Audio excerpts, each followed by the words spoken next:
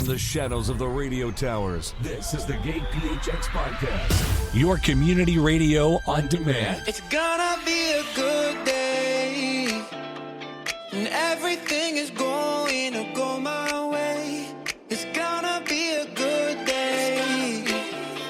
The sun is shining bright and it's here to stay.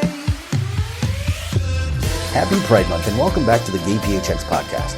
This week we're taking a journey through LGBTQ plus history with Art Smith from GayBarchives, a project dedicated to preserving the stories, photos, memorabilia, and memories of bars and gathering places that helped build our community long before social media connected us all. It's a fascinating conversation about where we've been, why it matters, and why preserving our history is more important than ever.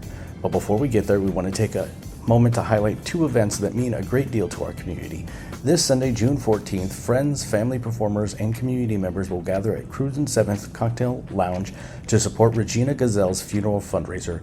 Regina is a legendary part of Arizona's LGBTQ plus community, touching countless lives through her talent, humor, and generosity. One of the things that makes our community so special is that when someone needs us, we show up. If Regina ever made you smile, laugh, or feel a little more at home, we hope you'll consider stopping by and helping celebrate her incredible legacy. And coming up on June 16th, we're inviting everyone to join us at Harkins Christown for a special community screening of Stop That Train hosted by Barbara Seville, starring RuPaul, Ginger Minge, Jubilee, Brooklyn Heights, Simone, Latrice Royale, Monet Exchange, and more. It's shaping up to be a fun night with friends and community. You can find out all the details at gayphx.com/Barbara, BARBRA. We're also excited to kick off our Summer Solutions collaboration with Lookout News, bringing more conversations through the summer focused on people, organizations, and ideas working to make Arizona stronger. But first, filling in for Brian this week's in Brian's Hot 3, please welcome our special guest host, Delos. You're listening to GayPHX, where community comes first. Hey everybody, Brian is taking a well-deserved time out this week, so I'm Delos, sitting in for your Desert Den Daddy, and I've got 3 events that deserve a spot on your calendar. Let's get into this week's Hot 3. Hot pick number 3. Are you smarter than the average bear? Thursday night at Pato's Bunkhouse Saloon, it's time to find out if all those random facts you've been carrying around in your head are actually useful. Are you smarter than the average bear? Trivia kicks off at 7 p.m. and promises plenty of laughs, a little friendly competition, and at least one answer that will have everyone in the room yelling, "I knew that!" Whether you're a trivia champion or just there for the cocktails and questionable confidence, this is one of those nights where the fun is guaranteed, even if the answers aren't. Hot pick number 2, Stop That Train! All aboard! One of the most talked about LGBTQ plus film events of the summer is rolling into Arizona, and we're making a night of it.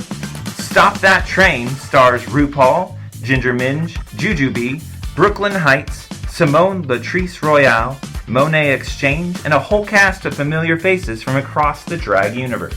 If you're in Phoenix, join Barbara Seville and a whole bunch of community members for this screening at Harkins Christown on June 16th.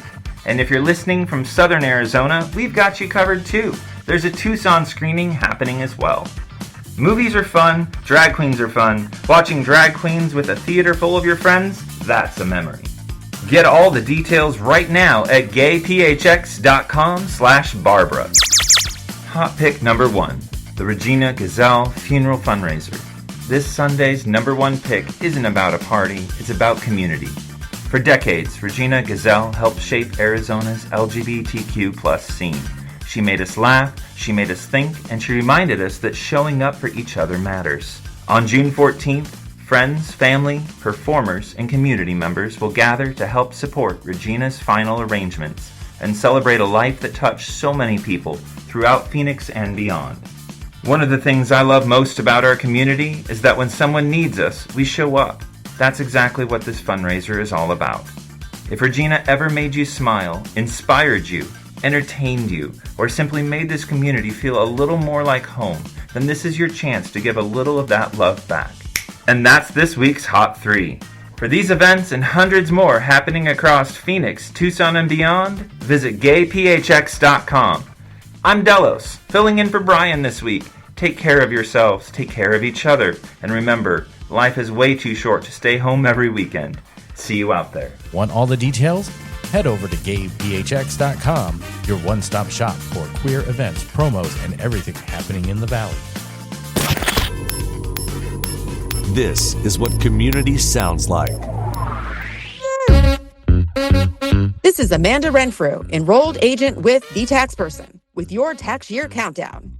If you are supporting a child, biological, adopted, donor conceived, or part of your blended or chosen family, your credits may change when they turn 17. Review your withholding now to avoid an April surprise. Get support with the free 15-minute consult at thetaxperson.com or look for me as The Tax Person on socials. More stories, more voices, more pride. You're tuned in to the GayPHX podcast. Today on GayPHX, before social media, before dating apps, before rainbow logos showed up every June, there were gay bars. They were safe spaces, community centers, dance floors, chosen family, and sometimes the only place where queer people could truly be themselves. But so much of that history is disappearing because photos fade, flyers get tossed, and stories vanish. That's why today's guest matters. Through GayBarchives, he's helped preserve LGBTQ plus bar history, newspapers, photos, memorabilia, and the stories that help shape queer life across generations. Because preserving queer history isn't just about looking backwards, it's about making sure we're never erased. Please welcome to the rainbow-tinted microphone, Art Smith. Howdy, Art. Hi. Thanks for joining us today. Oh, you're quite welcome. And thank you for that huge round of applause. That's great. Hey, we all deserve that. We all work hard. We're all trying to make things better. So for people listening and just discovering GayBarchives, what exactly is it? GayBarchives is a project that I started around the beginning of the COVID debacle. And it basically came out of me realizing that so many of the stories of our gay bars were being lost. We document the riots, the politicians, the legislation, all kinds of things. But the stories of the gay bars were swept under the carpet. And in my opinion, the bars are what built our community. That's where we formed all these organizations that we have. That's where we made our friends, where we met our partners. Some of us started businesses because of the connections in the gay bars. So I thought it was really important to document all of that history. And the name itself comes as a portmanteau of the words gay plus bar plus archives. Yeah, when I saw it, I was like, oh my gosh, that's brilliant. I love brilliant things. It just came to me. And so I went ahead and launched the Facebook group about 5 years ago. And it has grown exponentially. We are right now teetering on the edge of 58,000 members. Oh, wow. And there's a lot of stories in there. So what made you first realize that our queer history needed to be preserved before it disappeared? Back in the day, I was involved in gay journalism. I worked with a number of publications for the gay market, including Guide Magazine, Ovation, Hotspots, Watermark. And I always was fascinated by the bar culture itself. I was a pretty regular visitor to a lot of the bars, and it always intrigued me. But after a conversation with a bar owner in Atlanta that I knew, her family at one time owned about a dozen gay bars in Atlanta. I posted something about it. And the bar was called Backstreet. It was an iconic Atlanta bar that lasted about 30 years. And people started commenting, oh, I love Backstreet. I used to go there all the time, but we also used to go to the Armory. We went to Bulldogs. We went to the Cove. We went to all these other bars.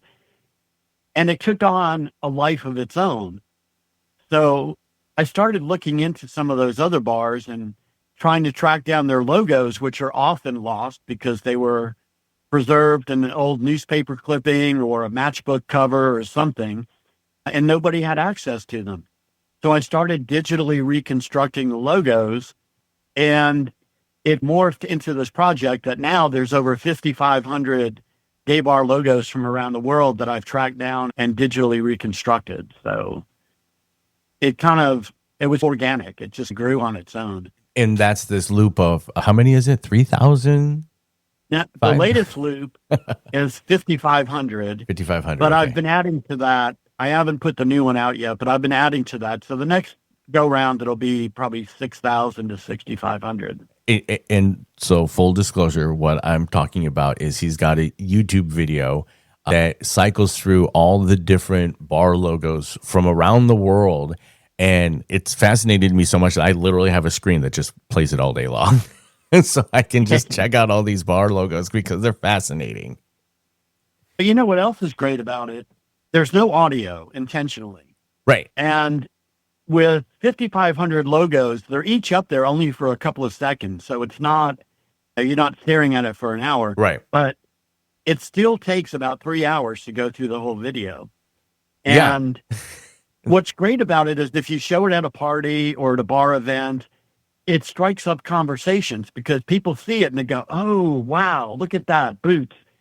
I used to go to a Boots in California, or I used to go to a Boots in Boston or Fort Lauderdale, and people start talking about it, even if their specific bar's logo isn't there. Right. It brings back all kinds of emotions. So, well, and because there's so many that boots and different varieties, someone will catch it and go, wait, that's not the logo I remember. And it still sparks the conversation. And with Arizona being such a transient city, people from all over, I can't wait for us to put this on at one of the events just in the background and see what kind of comments we get from people. Yeah, and the interesting thing about the gay bar world, you mentioned you're based out of Phoenix, right? Yep. So the interesting thing about the gay bar market is a lot of the stories overlap. So one of the most iconic gay bars in Chicago back in the day was a place called Little Jim's. And Little Jim's was very popular as a hole-in-the-wall neighborhood bar. I spoke to Jim recently. He's still alive and well and living in South Florida. He had also opened one up in Fort Lauderdale and one in Phoenix. Oh, wow. So the Little Jim's that was in Phoenix is related to the other two Little Jim's in Illinois and Florida. And we see that a lot. We see a lot of times where the bar owners may own bars in multiple cities as well. Much like Charlie's, I'll say, because Charlie's much like Charlie, Vegas and here, and I think they've got a third location, but I can't recall where. Yeah, and they've got some related business in Mexico as well, I think. Yes. Wow. How do we, as an older generation, help the younger generation understand how important gay bars are? Because I feel like they just think, oh, it's just a bar, it's just a place to drink. And it's so much more than that. That's where all of my first gay experiences happened. It was either at the bar or at the park, to be honest. Absolutely. And we didn't have those safe spaces that we do now. Right. And even those are shrinking. Social media. We didn't have social media. We didn't have apps. We had in-person contact. And most of the time, I went to my first gay bar in the late 70s. And I was brought in there by a friend of mine, had no idea it was a gay bar until I stood there for about 5 minutes overlooking the dance floor. And I looked at him and I said, those are all guys on the dance floor. And he goes, yeah, my college roommate introduced me to this bar and it's a gay bar. And I was like, wow, that's cool. There's places to go. And I started every time I went to another city, I would look for the gay bars, and that's how you built your community. That's how you made your friends. That's how you picked up your tricks. That's how you entertained yourself. And it was your mall. It was your grocery store. It was your... It was. And at that time, we used to go out, at least I did, 5 or 6 nights a week. Even if you weren't going to get drunk. No. But you would just have dinner with a friend, go see a movie, whatever you did. And you'd say, hey, let's swing by the bar and see who's there. And you'd talk to people and hang out and dance and whatever you were going to do.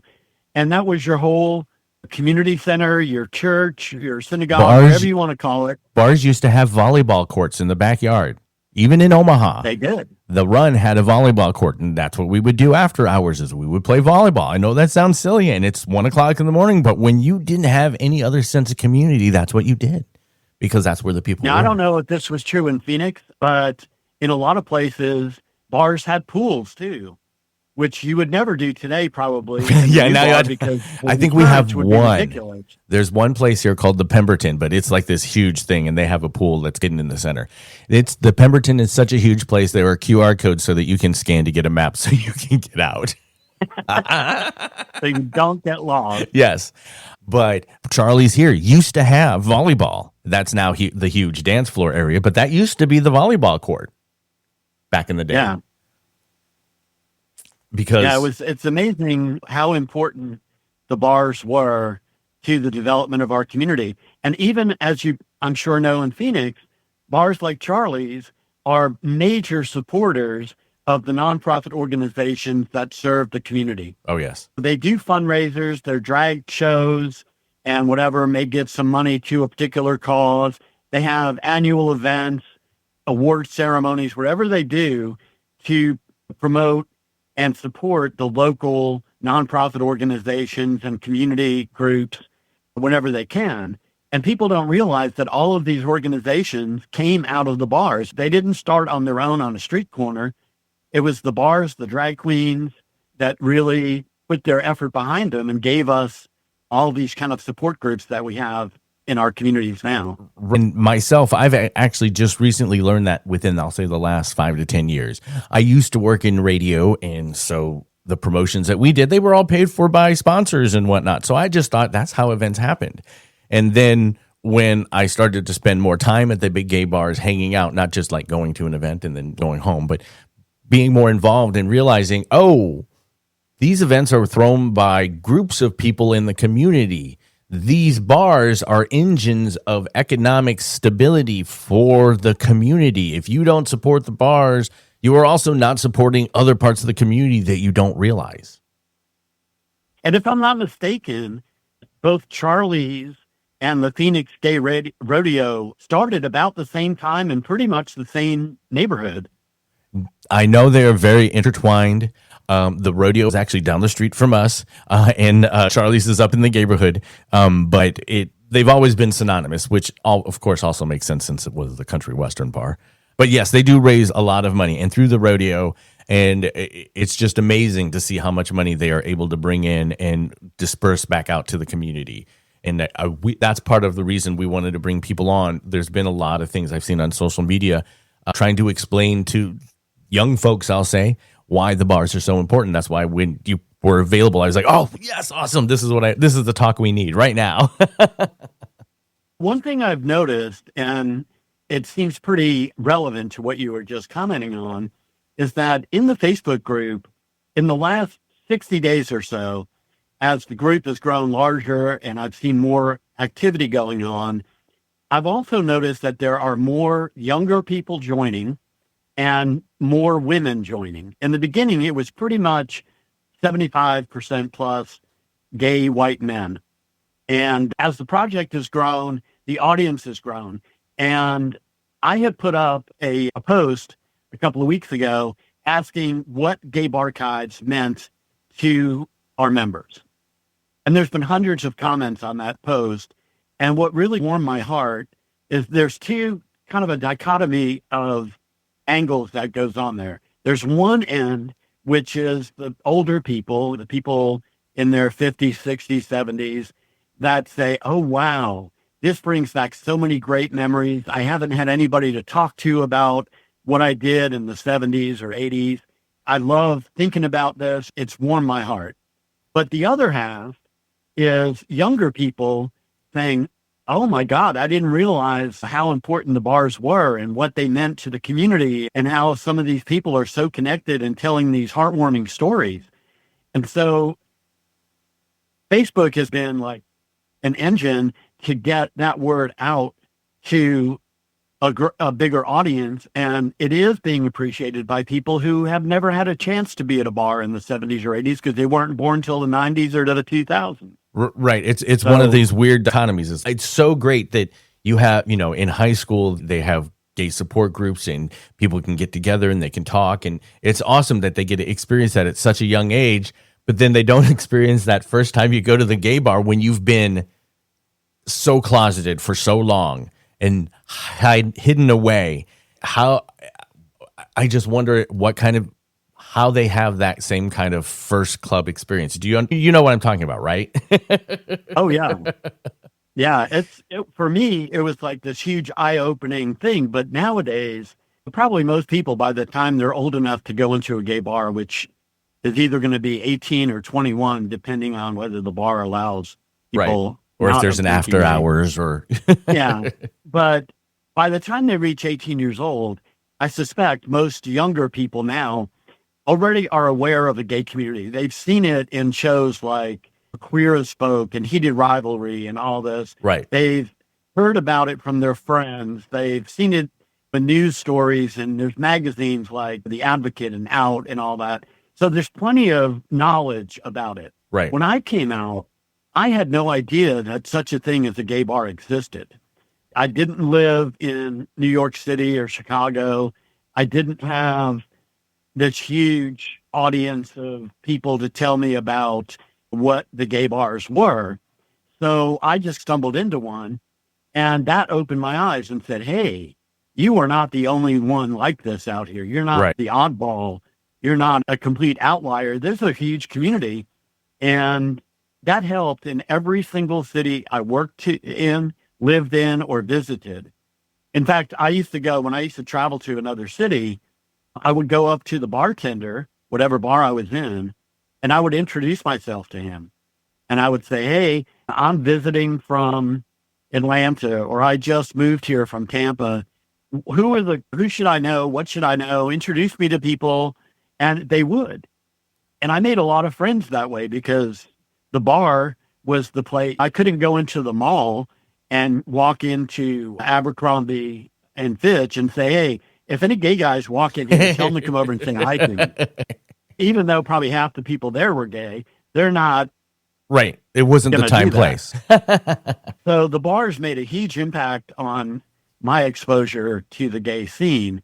And it is interesting now that we went through a period once gay marriage was legalized and things started changing in the country where a lot of the younger people felt that they had arrived.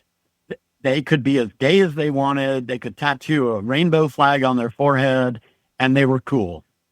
And then in the last few years, with some of the conservative governors in some of the red states, a certain individual in the White House and his crew, they started to peel back those freedoms and rights that we thought we had.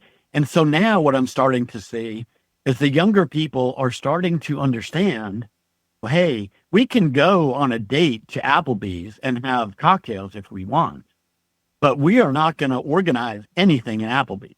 We are not going to connect with our community on the level that we can in a bar and make our existence safer and better for us and the people that follow us. So I think there's starting to be a renewed interest in, we'll call it the bar culture, but really now they're even leaning more toward non-alcoholic beverages and things like that. So a lot of the bars have mocktails now to cater because it's not, people are starting to, like you said, understand it's not about going there to get trashed. There was a time, there is a phase, there is a whatever, but that's not the core. I can't tell you how many community centers that we've had in Phoenix that have opened and closed, but guess what stays around? The bars. The bars. Yeah.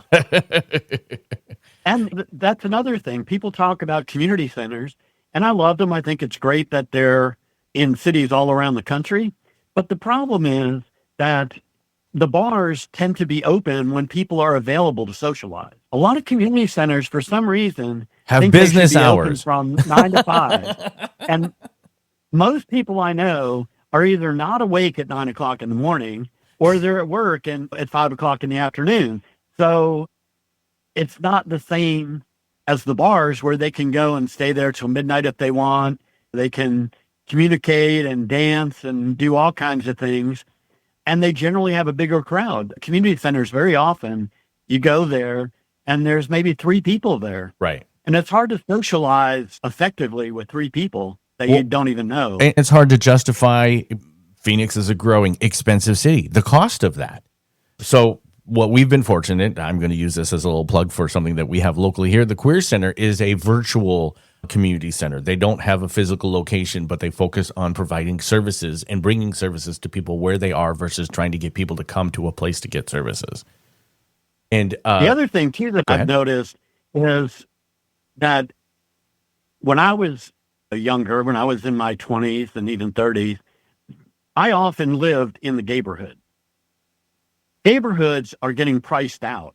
Right. The success of gay bars and gay businesses and the traffic that we've brought to those once blighted areas has driven the real estate costs through the roof. So now a lot of people, partly because they can't afford to live there and partly because they don't feel the need to be there, they can live in a suburb and still feel safe, they have to travel to get to the community centers. That wasn't the case back in the 80s or 90s because you probably lived a couple blocks away. You could have walked there. And now they're serving a bigger area. And it's a little tedious sometimes to travel over there and see what's going on at the community center. So, yeah, a virtual center is a great idea. I'm glad to hear that Phoenix has something that dynamic going on. And again, because the city is so sprawling and we knew that we had people that were in outskirts. And so instead, we try and get volunteers to go out there. I love the program. We love being part of it. Jesse's just amazing. But back to you. What's one story or artifact that you've come across that really stuck with you emotionally?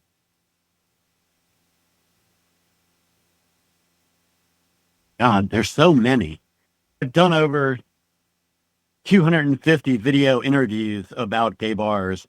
So I've heard all kinds of stories from all kinds of people. One of my favorite stories actually was from a woman in Atlanta. I knew her personally. I had experienced her bars on a firsthand basis when I lived in Atlanta. And her name was Dina Collins. And Dina she had owned a lesbian bar, and then she decided to open up a bar called Dina's One Mo Time. And it was a country themed bar. She, I believe, identifies as a lesbian, and everybody thought it was going to be a lesbian bar, but she was very open about wanting men to come, and she would invite them and befriend them, and it became a very mixed bar. But while it was open is when AIDS was really rampant, hitting the scene in Atlanta. A few years later than you heard about it in California or in New York, but it was starting to impact the Atlanta gay community. And Dina was one of the biggest supporters of AIDS causes in Atlanta. And so much so that I was having a conversation with her on the phone a couple of years ago. And she said, I used to spend the night in the bar. She said, I had an office in the back and I had a fold-out sofa. And she said, I used to spend the night in the bar. And I said, why would you do that? And she said, we didn't close until 3 a.m. By the time we did all the paperwork and cleaned up, it was 4 a.m. And I wanted to be here at 7 so I could make breakfast for the men in our community that were suffering from HIV and AIDS. So I would just sleep for a few hours and then I would get up and I would offer them a place to have a meal and to take a shower. We had a shower back in the office and I would take care of the community that way. And I thought those are the kind of stories that you don't necessarily know about the people that are running your bar. She wasn't making a fortune. She wasn't driving a Mercedes or a Rolls. She was living modestly. She was doing everything she could do to support the guys in the community that were suffering with HIV and AIDS. And also, as a result, her lesbian friends were largely the people who were caretakers for that community. So she really played a big role in how Atlanta responded to the AIDS crisis back in the 80s. That's an incredible story. What kind of materials do you collect and preserve? Mostly what I focus on is digital. I have gotten quite a few magazines and Damron's guides and things of that nature, and I will take pictures of the relevant ads and pages and put them into a digital format so that they can be viewed by anyone around the world. But I also, when there's actual physical memorabilia, especially larger things, I have forged a relationship with the Stonewall National Museum, which is located in Fort Lauderdale, Florida. It's an independent gay museum and archives. They're not connected to any government entity or university or anything like that. And they're a private 501c3. They've been going on for over 50 years now. And I make sure the materials get to there. We launched a project a couple years ago that was called Raising the Bars, which was designed to elevate the presence of bar history in archival projects, because so many of the universities and government agencies that have formed LGBTQ museums focus on, like I said earlier, the legislation, the politicians, the activism. And I wanted to make sure that there was a greater effort with different archives to preserve the memories of the bars. So most of the larger physical things that I deal with go to Stonewall National Museum. Well, and it seems while all of that other history, the government ones that you're talking about and legislation, that's great, that's important. It's the heart is not there though. Like you're talking about these stories of the bartender or the owner that stays there at the bar so that they can feed people in the morning. That's what's lost if we don't have things like what you're doing. And the thing is too, you also notice, like in my Facebook group, you'll also notice that in my Facebook group, I've looked at the statistics that Facebook provides about interactions and what goes on there. And Facebook has told me that in the 28-day period prior to me looking at it, which was a couple weeks ago, that our Facebook group had 3,800 plus posts, 102,000 comments, almost 500,000 reactions on individual posts, and 6.3 million views. So that's something you don't find in a static archival project. If the biggest gay museum in the country had a Facebook group, they would not get 6 million views on their posts in a month because it doesn't warm the heart. People look at it casually. They don't interact with it. Right. In GayBarchives, people have a connected history there. They have, everybody in the gay community pretty much has a story about a bar, or they have a bar that was particularly special to them for whatever reason, and they can all connect on that level. And once you start the conversation, it's a snowball effect. When people are like, oh, I've been there. Oh, I remember this. Oh, I remember that person. Oh, I remember this bartender. Oh, I remember, at that event. That's what's awesome about it is that because it's what you've got with GayBarchives is a living, breathing community of connection from around the world. Absolutely. And I've noticed, like I said, it's based on an international concept. It's not designed to be only one city. Let's talk about the gay bars in Chicago. It's everywhere. And so what surprised me a little bit, the group has a search feature on it. You can go right below the main banner on the top of the Facebook group. There's a little magnifying glass, and you can type something in and search for it. And for instance, if you search for Phoenix, you will find that there have been dozens of posts about Phoenix, and some of them have had 10 to 15,000 views on the post just about Phoenix. And I've had other posts that exceeded 100,000 views within the first 48 hours of being online.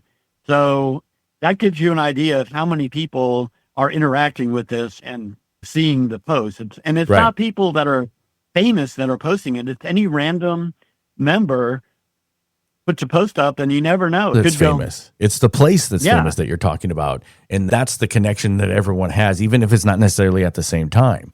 Sorry, I got distracted because we're in the Eagles, and I just saw the Eagle Cathedral City popped up, and I was like, oh, look, that's already up there. That's awesome. We work with the guys there, so that's why it's great Yeah, to see it's not that one. open yet, is it? It is not yet, no. It's in the old barracks location, and the barracks is working to get moved over here to Phoenix, so they're working. I've heard. Yes, so it's quite exciting. Eagles, the Eagle's kind of an exciting concept.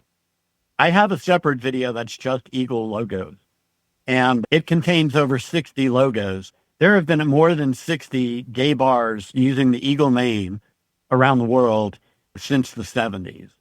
And a lot of them are still around. It's one of the most active gay bar names. I don't think there's ever been another gay bar name that's been more popular. But in recent years, we've also seen numerous new Eagles open. Cathedral City is getting ready to open. Chicago is getting ready to officially open again after 15 years of being closed. And there's a brand new one in Columbia also.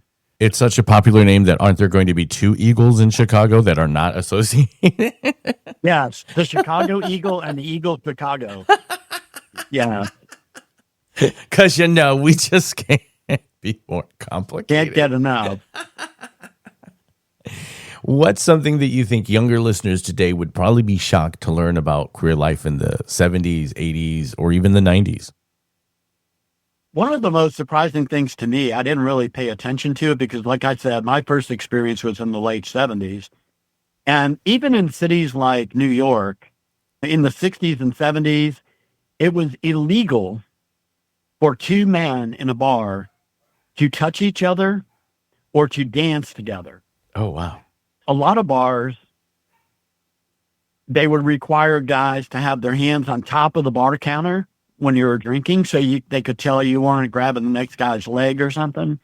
And in many cities, you had to have a separate, what they called a cabaret license to even allow dancing of any kind in the bar.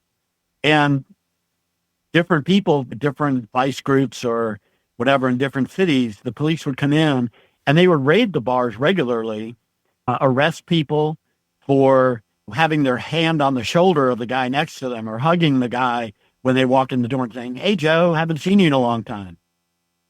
They round them up, throw them in the paddy wagon.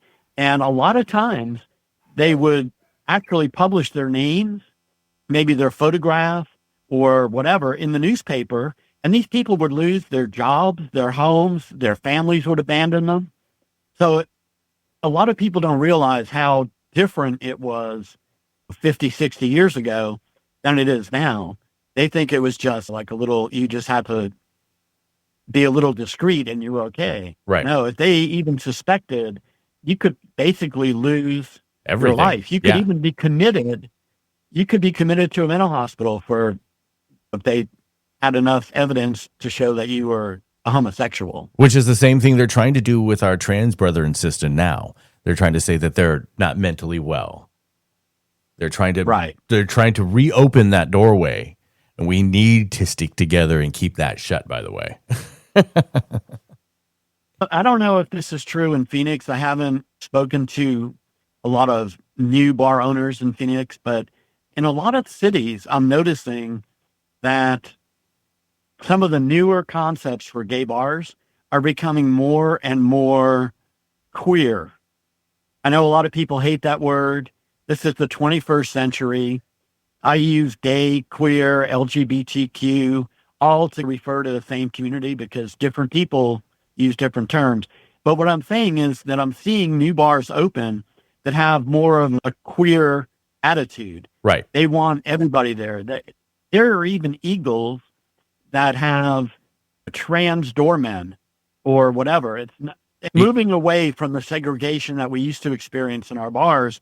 And it's becoming a lot of the older white men particularly, are not a fan of that. They think that we should still have separation, all male. Right. And a lot of the spaces are not that way now, partially because politics, the politically correct thing to do is to welcome everybody.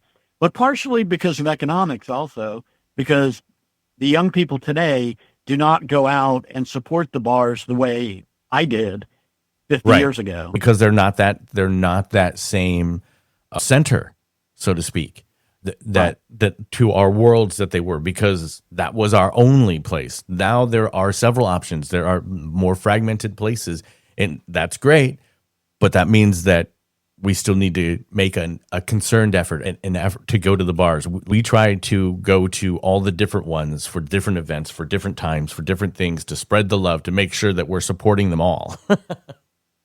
Now, for someone who's listening who has old photos, flyers, magazines, or bar memorabilia, what should they do? There's two different things I've had people do. One thing is everybody's got a camera now, and it's built into their phone pretty much. So take some pictures of the ads, of the documents, whatever, and post them in the Facebook group. Post them with information in the description that makes sense. So say, some context. Hey, I just found a bunch of pictures. Sometimes I've seen people post things like, oh, look at these cool pictures. And then they post the pictures. The search engines do not read pictures that way.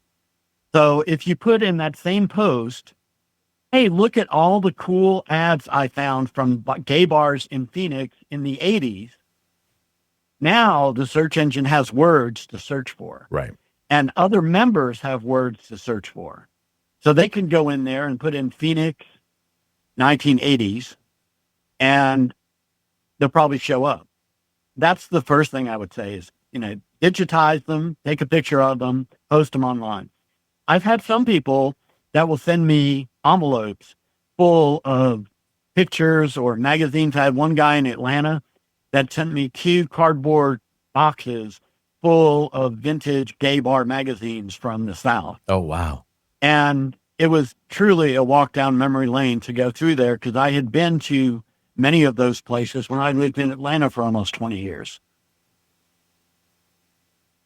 And then, of course, they find their way into the archives as well. And Stonewall will put them on their shelves. They're also good. Another thing that I liked about Stonewall, besides not being affiliated with a government agency, which could be detrimental, I happen to live in Florida. So in Florida, you never know what day the governor's going to say, hey, if you got gay stuff in your archives, throw it away, because we're not going to pay to store it. But an independent doesn't have to deal with that. If it's an independent museum like Stonewall, they can do what they want. But they're also working on digitizing as much information as they can. And to me, that's the critical part, because just like you mentioned, Phoenix is a very transient city, but so are all the other cities that are major hubs. San Francisco, San Diego, Los Angeles, Chicago, New York, Memphis, Nashville, Atlanta, Tampa, Fort Lauderdale.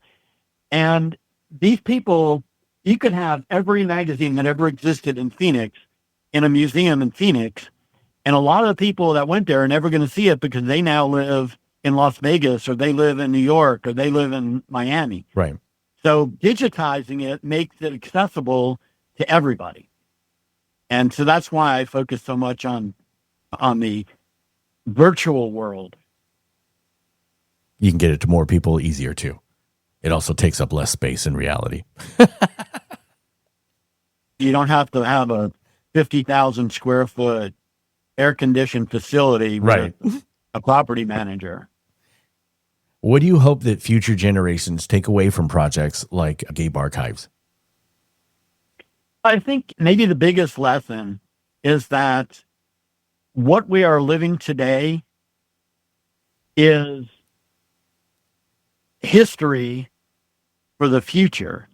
So a lot of people discount what happens in the now, what they're doing today, or what the bars are, or the organizations are that they're experiencing today.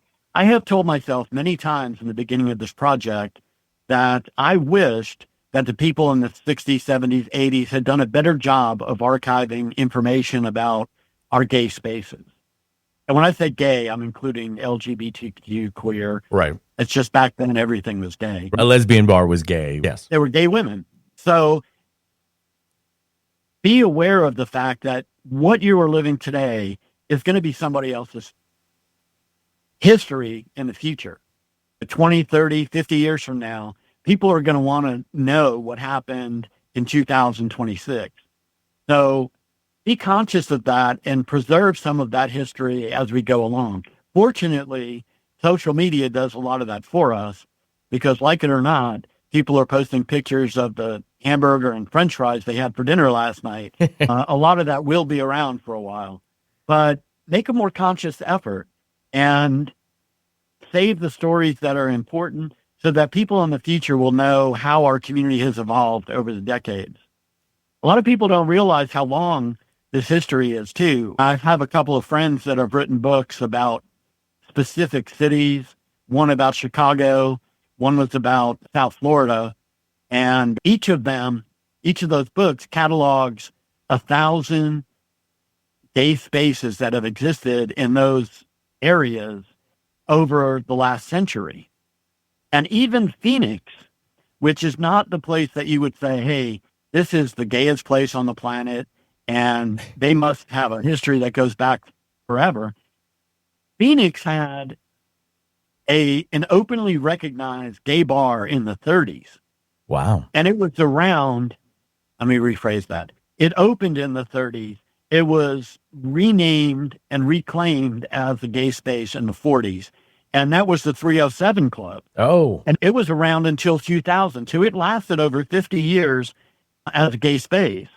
And even Newtown, which is still open, right? It is. It has new owners. It's shifted quite a few times, but yes, I believe it's our oldest gay bar here.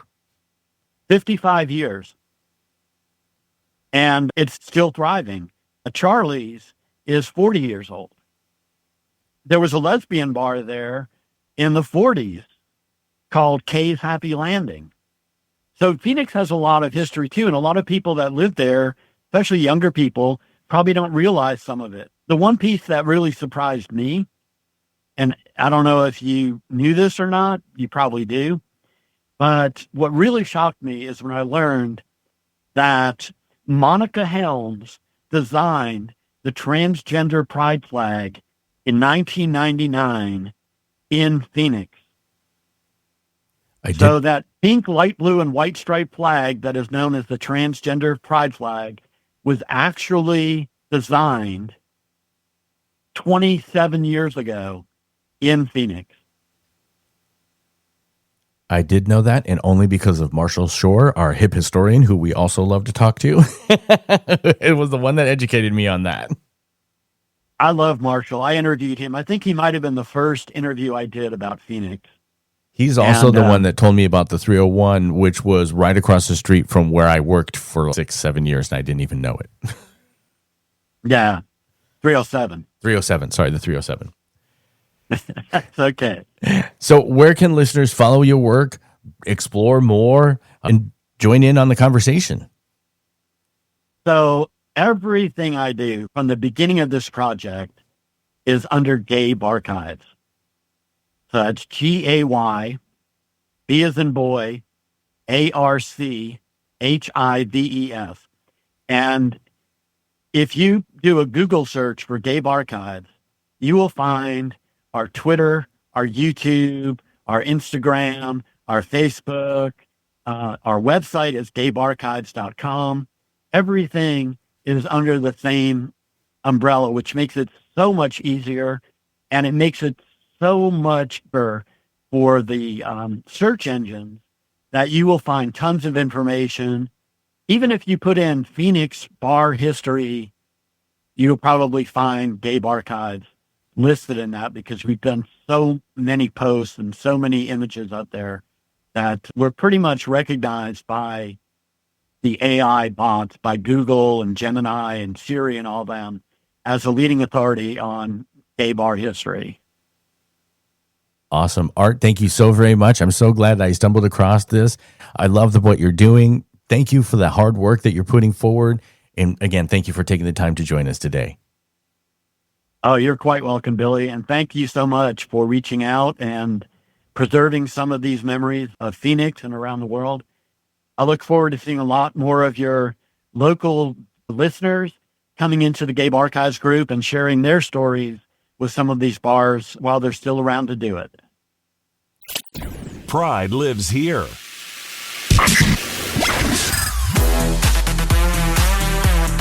I'm Daddy Dave, your friend in the fight to end stigma, and I'm the founder of Team Friendly, here today to talk about health and intimacy.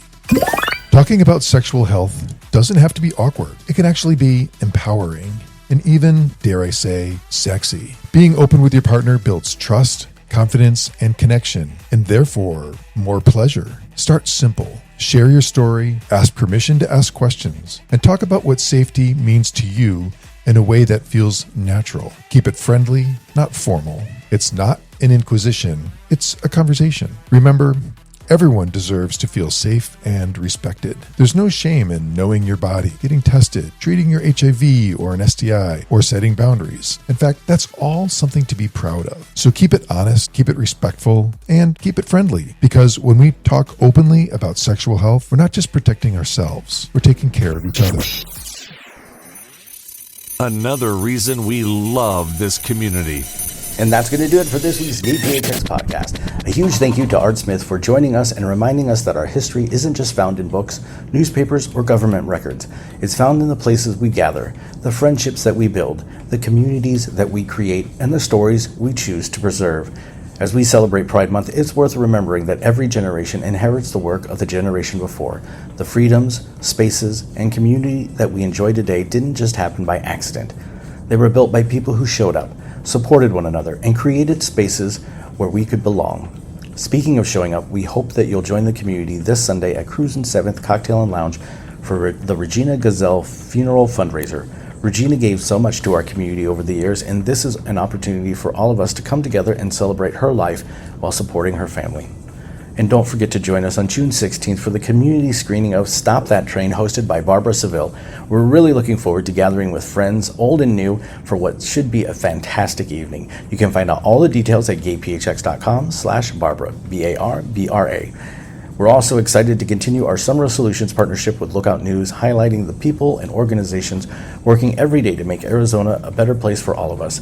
Be sure to keep an eye on gayphx.com and gayphx.com/live for upcoming conversations and community coverage throughout the summer. Thank you for listening. Thank you for supporting LGBTQ plus media, and thank you for being a part of this community. Until next time, happy Pride Month. Take care of each other. You see us out and about, come grab a selfie with us. We love you, Phoenix. We're together, the sun is bright, and there's nowhere better than by your side. We're together, the sun is bright, and there's nowhere better than by your side. Thanks for hanging out with the GayPHX podcast. Be kind. Be bold. Be you.